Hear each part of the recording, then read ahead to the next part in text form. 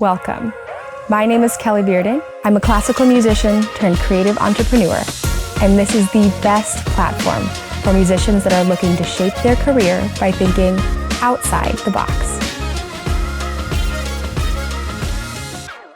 If you've ever thought about teaching private music lessons or starting your own private music lesson studio, but don't know where to start, I've absolutely been there. When I first started, I made a lot of mistakes, and some of those mistakes cost me time, money, energy, mistakes I absolutely could have avoided if I had known what I'm about to tell you. If you don't get these things right, you could end up undercharging or struggle to find students or even just feel kind of frustrated and stuck.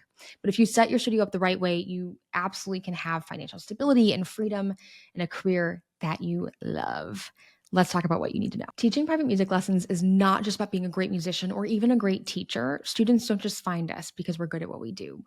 It is running a business. And something that I think I really needed to know early in my career is that most musicians are in fact business owners. If you are teaching, if you are gigging, if you are composing, if you are recording, anything where you're doing independent work, you are a business. And that is shocking because music school didn't teach us that. I have a lot of complaints about that. That is a topic for a whole different video. But I think it's so important that we treat our business with the respect that it needs and it deserves so that it can really thrive. Quick aside, my name is Kelly. I'm a clarinetist. I have 2 degrees in classical clarinet performance and literature, and teaching private music lessons is how I have established my entire career. I was able to grow my private lesson studio from 0 to 43 students in just over 2.5 months after relocating across the country following my graduate program. It was a lot of work. Trust me, a lot of work. But it was also really fun. I love doing it. I love my studio. I love my students. It's been such a really cool process and a great few years. But I was also teaching a lot on the side before then. I had students basically starting at age 16, which was awesome. It was such a good way for me to start learning those skills and building that teaching muscle, if you will. But what's so important about that journey is that I made a lot of mistakes before I took my studio full time, and I still didn't know what I was doing on the business aspect, even when I was growing my studio really quickly. So learning some of these best practices and applying them makes a world of difference, not only to the success that you might have in your studio and the marketing and the growth, but more importantly, on retaining students and also feeling fulfilled and happy in the teaching and in the work that you're doing ongoing. The goal today for this video is to share some of the top tips and top conversation points that I've had with, at this point, hundreds and hundreds of studios over the past few years about not only how to market, how to grow, but also how to run a really sustainable business and find that fulfillment. If you would like to see real life examples of studios that have used the information I'm about to go in depth on to hit their business goals and find that stability, you can go to our community website. It's outsidethebox.com. Spelled BACHS, like Johann Sebastian, because I have a music punny sense of humor. So outsidethebox.com, you'll find on the case studies tab a whole bunch of examples from studios that I've worked with through that Outside the Box community and get more information. There are a lot of misconceptions that are out there commonly amongst musicians and private music studios, especially when it comes to marketing and business structure. Things like, again, if I'm a great player, students will just come to me, or having a policy is a later issue. I can just figure out as I go, and I can, implement a policy and organization once I'm ready for it because the studio is larger. I think even too, like, I just need to make my lessons accessible to everyone. I'll just charge the cheapest rate so everyone is interested, and it's really easy for people to say yes. And while I see merit in all those arguments and all those points, I also think that when you act like a professional, and I'm not saying that these musicians aren't acting like professionals. I don't want to make that insinuation. But when you have structure and organization to your business, and so it presents as very professional, it's so easy for students or parents to look at the service that you're offering, fully understand the value, and understand that it's for them specifically. For example, a lot of studios will say, I will teach anyone that pays me. And that's great in theory, but also there are students that you are more effective in supporting. You might even be a better teacher for them. They might get better results working with you because that alignment is better. And the goals that they have, the technical challenges they're experiencing, personality could just be a different vibe. And if you are working with students that you know are a fit, their results improve. And also you're more fulfilled and you like being in those lessons more. So yes, we can teach anyone that will pay us, but if we are really open-minded and willing to kind of analyze who it is that we're most excited about working with or who we can support the best and most effectively, that marketing can be really focused, which means that when a student comes to your website or a parent comes to your website and they read your marketing or they see the content that you're creating on social media, they look at that and they think, that's me or that's my child. And it makes a lot of sense. And there's a lot of alignment here. And now they're so much more decisive in wanting to work with you because they understand the value in what you're offering. My ideal student tends to be quite high anxiety, high general anxiety, high performance anxiety. This reflects honestly who I was as a child, just to be totally honest. And using music as a safe place for them to try things and make mistakes and experiment a little bit. Amazing. I always say, like, nothing bad happens. No one gets hurt if you squeak on the clarinet, right? This is a safe place for you to try something. And if it doesn't quite work, we get to try again. Totally fine. And having that freedom is really impactful. So I talk about not the anxiety piece a lot in my marketing. I talk about the outcome. Students build confidence, and it's a safe place for students to try new things and experiment. Students build executive function skills. Students build communication skills and practice and study skills. Those are all really important pieces to what I'm offering and developing in the students that I'm working with. They're passion points of mine, obviously. Like, I get all lit up and excited when I'm talking about them. But it also means that when my students are in front of me, they're feeling that passion, excitement, and fulfillment. And it's a really good match. So I'm not just taking anyone, I'm taking the students that are the absolute right fit for my studio. We also don't want to just attract students, we also need to retain them. So having that ideal student in mind means that students are going to be really satisfied with the service that they're getting. And satisfaction and success and results mean longer term enrollment so that our marketing can be impactful and effective, but also we don't have to constantly keep refilling the same spots over and over again in our business. A well-run studio with that stability, with a long-term enrollment, can create career stability in a way that freelancing or gigging just can't a lot of the time.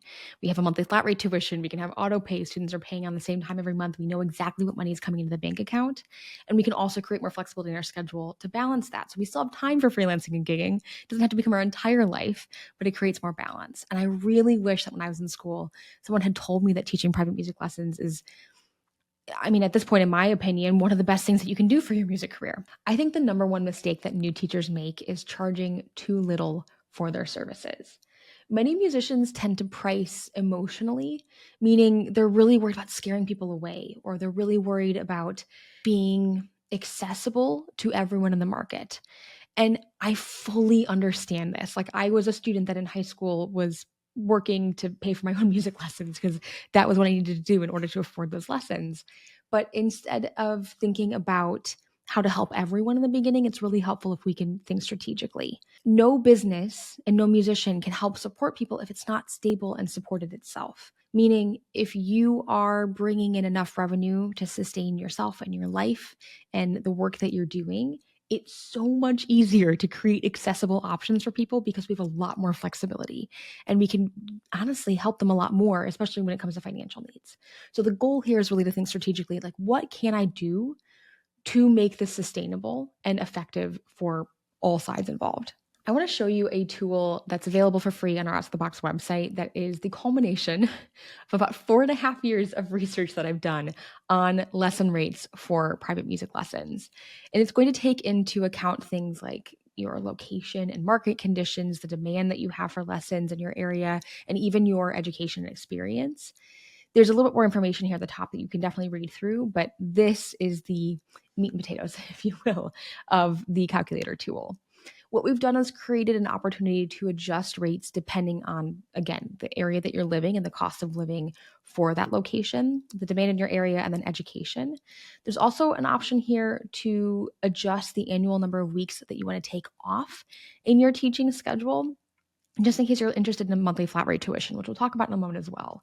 But as a quick example of this, let's say you're living in an area like Fishers, Indiana, where the median home price is on par with the US national average, at least of the time that we're recording this video, somewhere between $300,000 to $450,000. We'll go ahead and click that option. Demand adjustment, maybe it's a newer studio, so we don't have a lot of demand right now. We can use low. For education adjustment, I'll use myself. I'll go ahead and say my master's degree, and then annual number of weeks of teaching, I like to take off 8. We'll hit calculate rate. This will spit out estimated starting rates for 30, 45-minute, and 60-minute lessons. It will also give an example of what a monthly flat rate tuition calculation could look like. Now, this is just based on that hourly rate and the 8 weeks off. There's no adjustment here for things like your credit card processing fees, which, around like a 3% rate is a pretty clear calculation to start using for that example. It doesn't take into account if you want to include recital fees or materials fees or anything like that. So there's definitely adjustments that you can make here, but just a great baseline calculation for you, just to give an example of what studios in similar situations might be doing. I think one of the most important things that you'll notice on this calculator is that we're not just charging for time. Like, yes, we're basing this on an hourly rate, but that hourly rate should already reflect your expertise, the preparation that you're putting into lessons, and the long-term student progress. I also want to note that while that calculator obviously is using an hourly rate as the basis for all the math that we're doing, it's also really important that we take into account all of the other things that are included in our work as teachers. So yes, it's our location, it's our education level. It's also our expertise and our preparation, long-term student progress and results, the environment that we create for lessons, it's all of the other things that we bring to the table. I think something that can be a bit of a challenge and a mindset shift is that the right students will pay your rates, even if those rates are a little bit higher. The wrong students will make you regret undercharging, because charging a rate that undercuts can hurt our industry, but also tends to attract students who are more interested in getting a deal than working with you specifically. Now, of course, like asterisk on that conversation, I'm not talking about people who can't afford your rates. I'm talking about folks who look at your rates and decide that they don't value your services enough to pay that rate, even though they absolutely could. That is a very, very different conversation. It's kind of like going to the store to buy an apple. I can get an apple at Whole Foods. I can get an apple at Walmart. Some people go to Walmart because that is the apple that they can afford. Some people go to Whole Foods because they can't afford more and they are willing to pay more because there's higher perceived value for them. Now, there are options where we can find a balance. Again, meaning we can have those Whole Foods prices for the folks that are able and willing to pay those rates.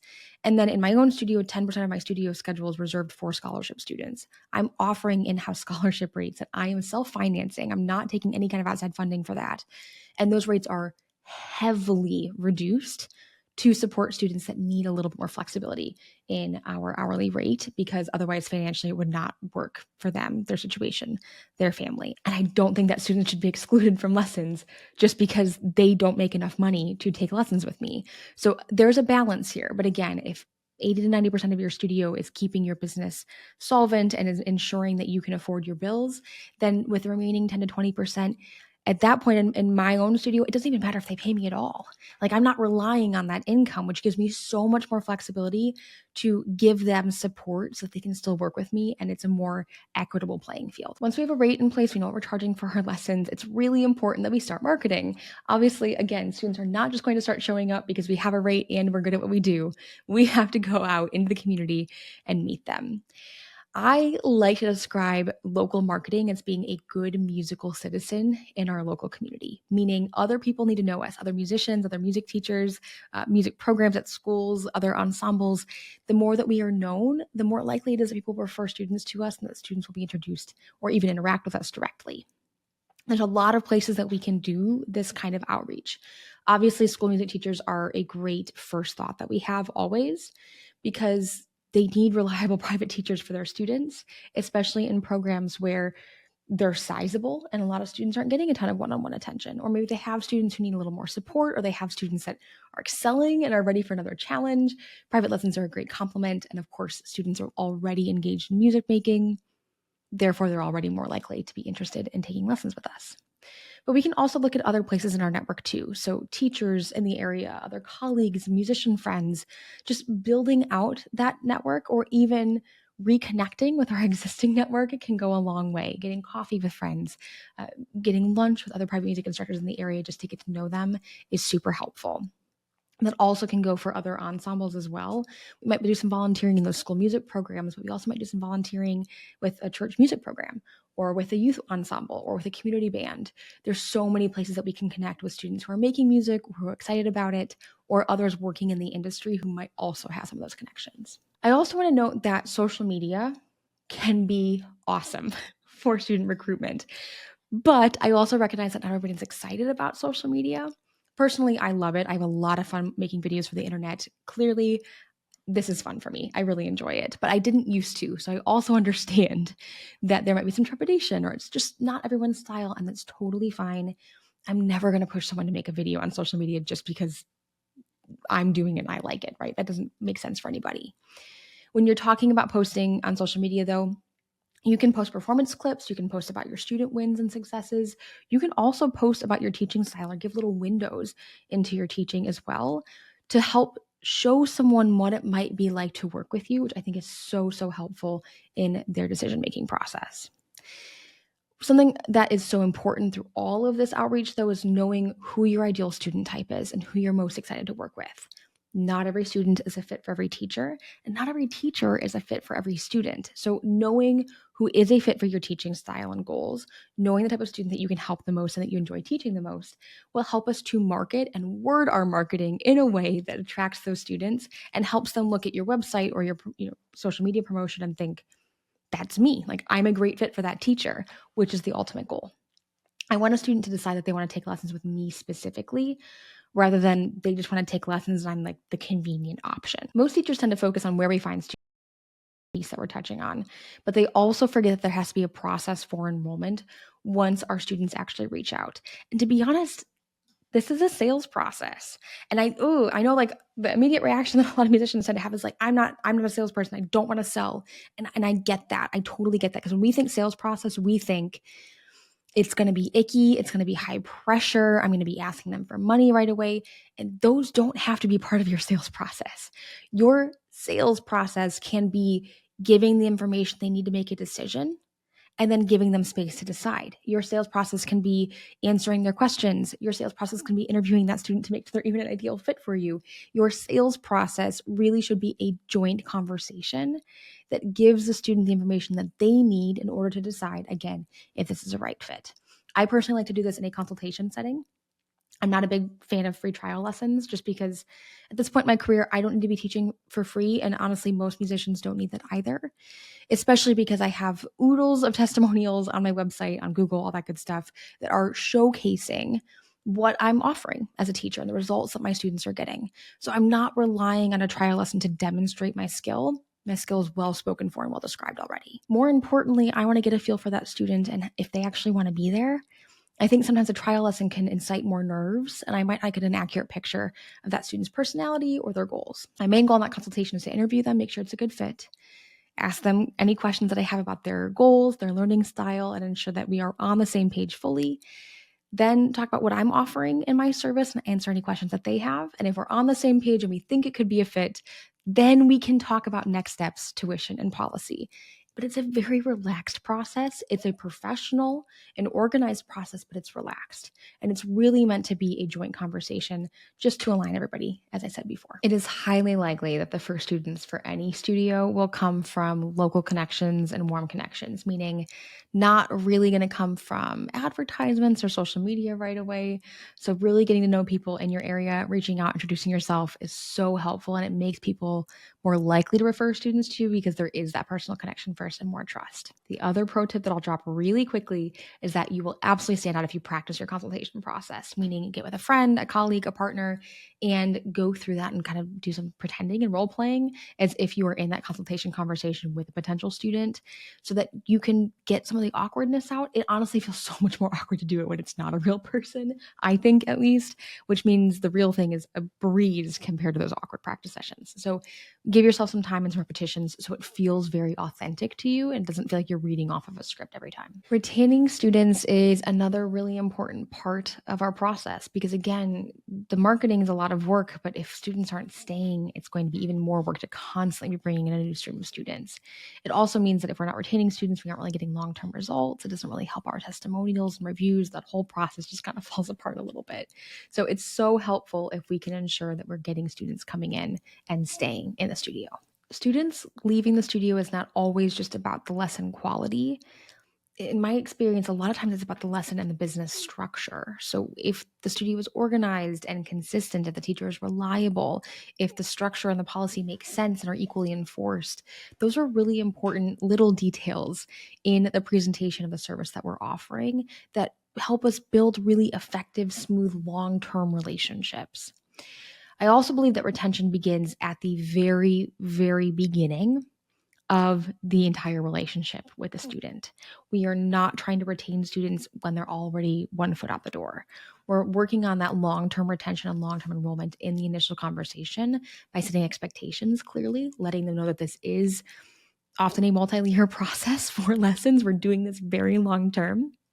We also want to make sure that in those conversations, we're ensuring that they understand what they're getting into for practice and what our expectations are for preparation and communication. An important part of that, of course, is letting them know what the policies are and how they are enforced so that when something comes up, it's not a surprise. The last thing you want to do with a new student is have them miss their first lesson and then find out that they can't reschedule it. And that was a completely brand new piece of information because they were supposed to read a policy and they never did.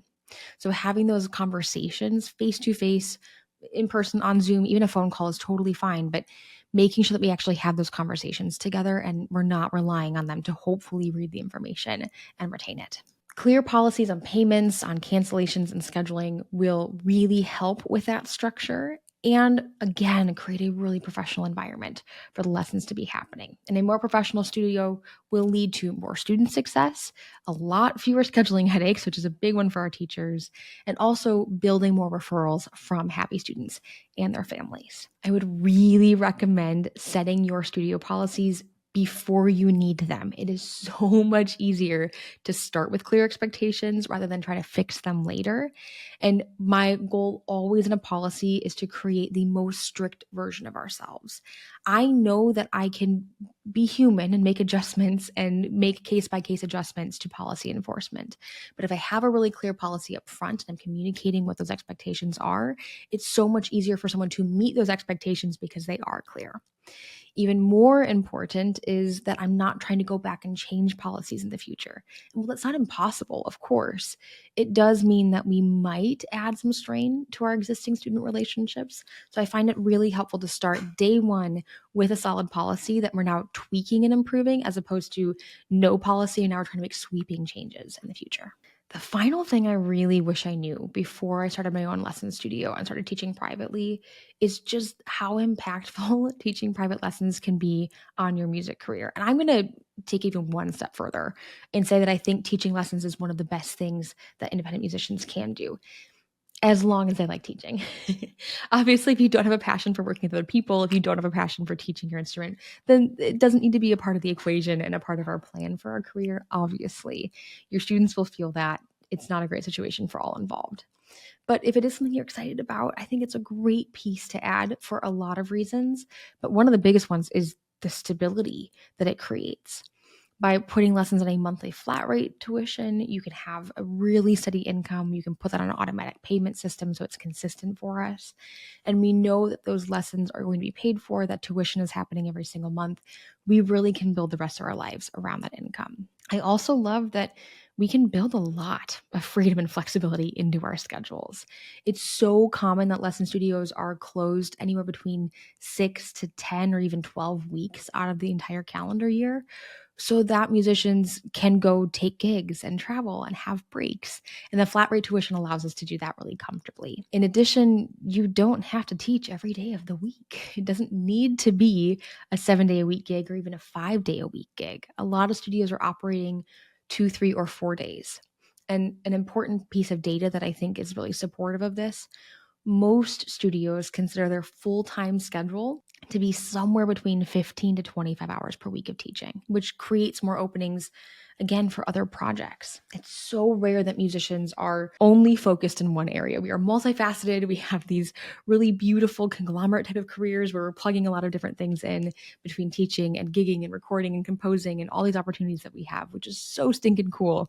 But I really think that teaching gives us the opportunity to do that because there's stability in our revenue and also stability in our schedule that we can create opportunities for everything else. As a bonus, if you're doing a really good job marketing your studio and you're already connecting with all these musicians in your area, for a lot of us, that means that you're getting more options for gigs because you already are connected. People are referring to you not just for instruction, but also for performing, and it goes hand in hand. So having a really strong presence, being a good musical citizen in your local community is helpful for your entire career path. When I graduated from my graduate program, I didn't really have a whole lot of income going on, and we were relocating, as I'd mentioned before, from Georgia to Wisconsin.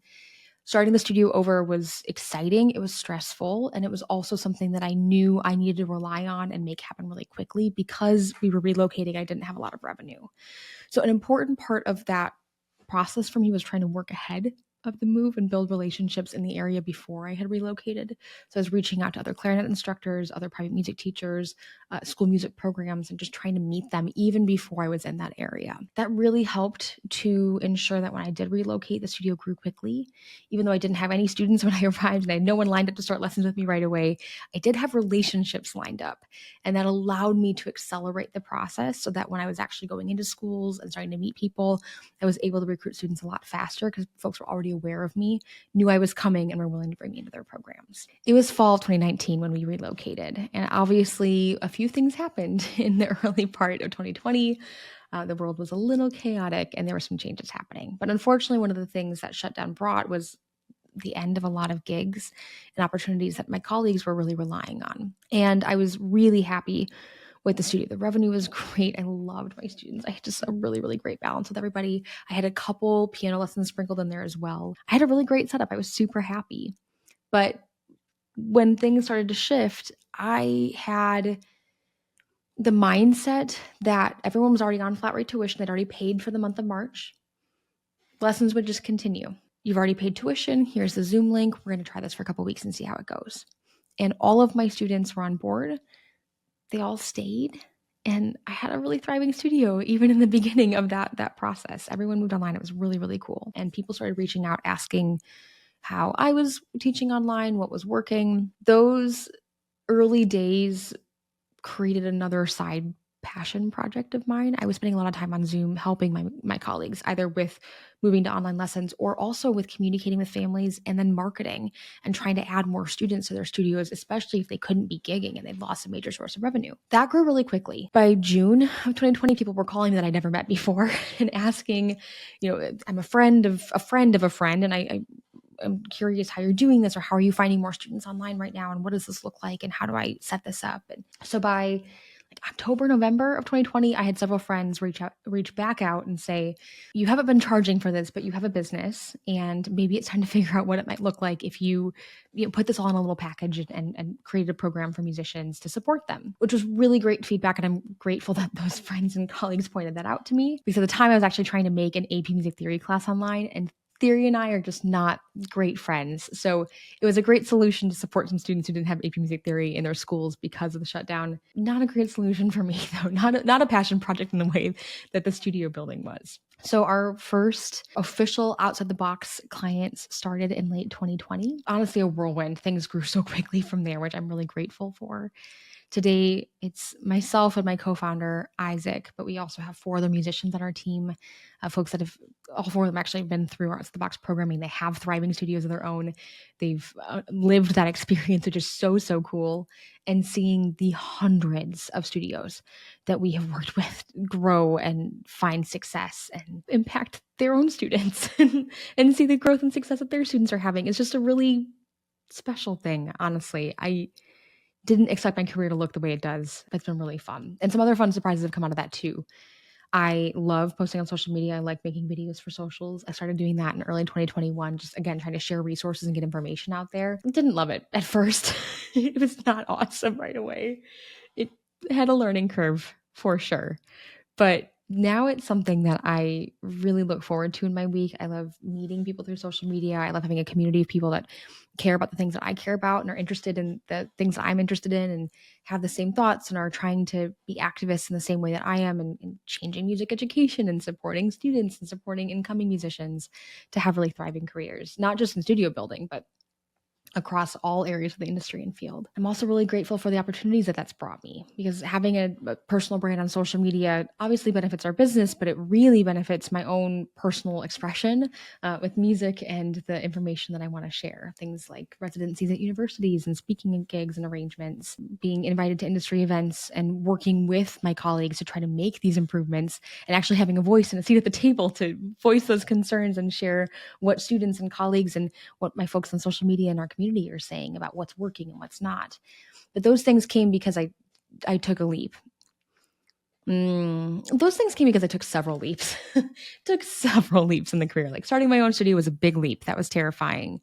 I'd been teaching privately for years, but to make a really big jump and go full time in my own business right after grad school was terrifying in the best way. Taking a leap to help others was a big challenge. Taking a leap to create a business around it was absolutely terrifying, especially because working with musicians, like I want to make sure that people feel helped and supported. And also I don't want my colleagues to feel like I'm just trying to sell them something all the time. It's not my style. I really don't really talk about our program and our business a lot because it's a bonus, but that's not what people are there for. It's important to me to really create content that about and things that our community is interested in learning about. And by community, I just mean the people that engage with me on social media and are excited about the things that I'm posting and ask for more and ask questions and have input on what I should make videos on. And that's an exciting part of the process, is that I'm not just like screaming out into the ether. Like there's people that care about the things that I have to say, which has been a wild shock to the system in creating videos, but it's been fun. It's also been a big leap to start making those videos and to be vocal on social media, especially on things that I care about or critiques that I have of the music industry and higher education. All that to say, when we're looking at building a studio, I think the number one thing that I needed to know more confidently in 2019 was you just have to go. There will be moments that you don't feel ready. There will be a lot of moments that you don't feel ready. There'll be a lot of moments where it feels a little bit scary and a little overwhelming and maybe even a little bit like it could be the wrong thing. But not the wrong thing as in I'm actually making a mistake or this feels unethical, but the wrong thing is, and I don't know if I'm personally ready. You can grow into it. You can learn those skills. You can develop that part of you. If the sales part is really scary, which again, I fully understand, you can develop skills and patterns and approaches that feel really aligned and authentic to you and aren't weird and pushy and shovey. You don't have to feel ready 100% today.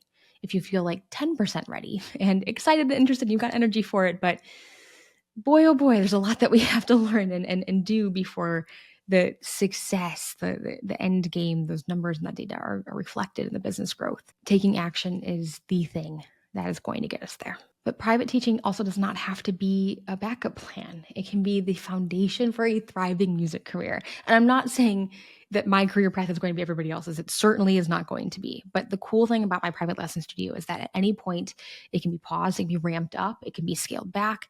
There's so much flexibility there. And so many other teachers have told me that once they grew their studio, they feel so confident that they can grow it all over again if necessary, if they relocate, if their goals change. And I think having that confidence on the other side of that initial fear and hesitation is such a cool outcome to see for so many musicians. If you have that excitement and that energy and you're feeling that 10% ready, but you're not really sure where to go next, we are so happy to help with that. As I mentioned before, this is something that we can support, but also we offer a free strategy session just to give you information about how that happens. This is not a sales call. It's not even something we're going to talk about our programming at all. The main goal of that call is to answer your questions and to give you clarity on your goals so you know where you could potentially land and what might be feasible for your career growth through your own business, which is a really exciting thing to see and to know and to feel more confident in. And from there, we can even give you an action plan to make sure that you've got a step-by-step process to make all of that happen and you can move forward really confidently. Linked below is our website, and there are a lot of free resources that you can access here to support your studio. On this tab is a great list and a great starting point, but there's also the option right here to request a free strategy call so we can provide more information. Again, in that strategy call, you'll learn how to organically attract ideal students without any paid advertising. We'll talk about your exact lesson rates, both hourly and monthly, so you have clarity there. And we'll also talk about the process for booking trial lessons and consultations, generating referrals, both from school music programs and then other local organizations in your area, how to set and enforce your studio policy, and even how to set and then, of course, attain your ideal student enrollment goal. As a bonus, if you're interested in talking about posting social media content, I love those conversations as well. So we can definitely use those strategy sessions to cover everything in more detail and talk about a strategy for your own content. Thank you so much for watching. If you haven't already, please take a moment to hit the subscribe and like button, and I'll see you next time. Bye.